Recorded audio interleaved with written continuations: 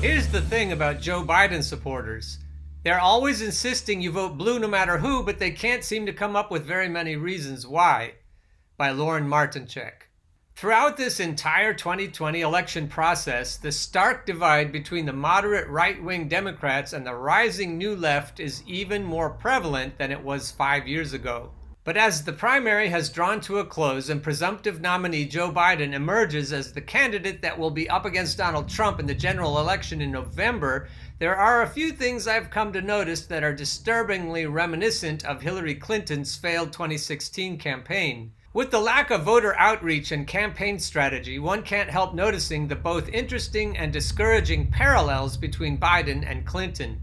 But the parallels also pertain to their supporters and the sort of behavior they engage in when discussing why someone should vote for their preferred candidate. Here's the thing about Joe Biden supporters.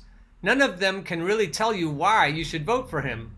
Of course, that excludes Trump. In fact, the current president may very well be the one single thing that a Joe Biden supporter can turn to when trying to tell someone to vote for the former vice president. I'm sure every single Bernie Sanders supporter online can attest to the fact that the moment they make even the most mundane, less than favorable comment about the presumptive nominee, there's sure to be at least a few comments in their mentions berating them with the regular go-tos such as, "Why are you helping Trump? Do you want Trump to get reelected?" Or my personal favorite, "What's the weather like in Russia these days?" I can't even count, Lauren, the number of times I've had that posted in my mentions. If you're going to accuse Donald Trump followers of being mindless puppets, then stop saying "what's the weather like in Russia these days?"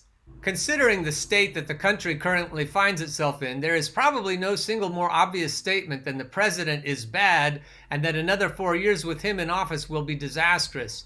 But as obvious as that might be, it's equally true that for a significant number of people in the country, that alone is not going to encourage them to go out and vote for his rival. It might be enough for a Democrat who is going to go out and vote regardless, but that's about it. The American people need something to vote for, not to simply vote against. Considering the amount of time and effort it takes for so many of us to vote, can we really blame people for not showing up when the Democratic Party has given them so little reason to do so for so long?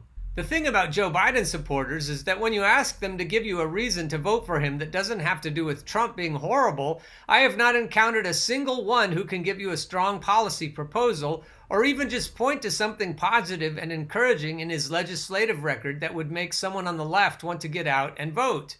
As a collective, at least when it comes to actually arguing in favor of their candidate as opposed to just arguing against Trump, Joe Biden supporters seem to fall as empty as the "vote blue no matter who" slogan itself. I have been told I better quit whining and get to work to defeat Donald Trump or something along those lines so much on this website alone that I have essentially stopped reading the comments on my work. But the thing is, putting aside the infuriating condescending tone of those remarks, I already put in the work. I put time, effort, and money into a movement started by Senator Bernie Sanders that I genuinely love and believe in because of the policy proposals and visions behind it. I don't owe any of that to a candidate who wouldn't even be where he is today if Barack Obama hadn't stepped in and told everyone else to get out of the way. If Joe Biden's supporters actually want Bernie's base to get out and vote for their candidate, they better be able to give us a substantive reason. I want to know why Joe Biden would be a good president and not just be told, "Well, Trump is a whole lot worse." Considering Medicare for All is my most important issue when considering who to vote for, I want to know why I should vote for a candidate who would veto that legislation if it ever came to his desk. If you want me to vote for Joe Biden, give me a legitimate reason.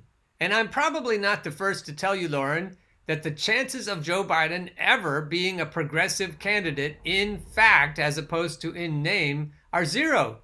Absolutely zero. He works directly for the oligarchs. Barack Obama works directly for the oligarchs.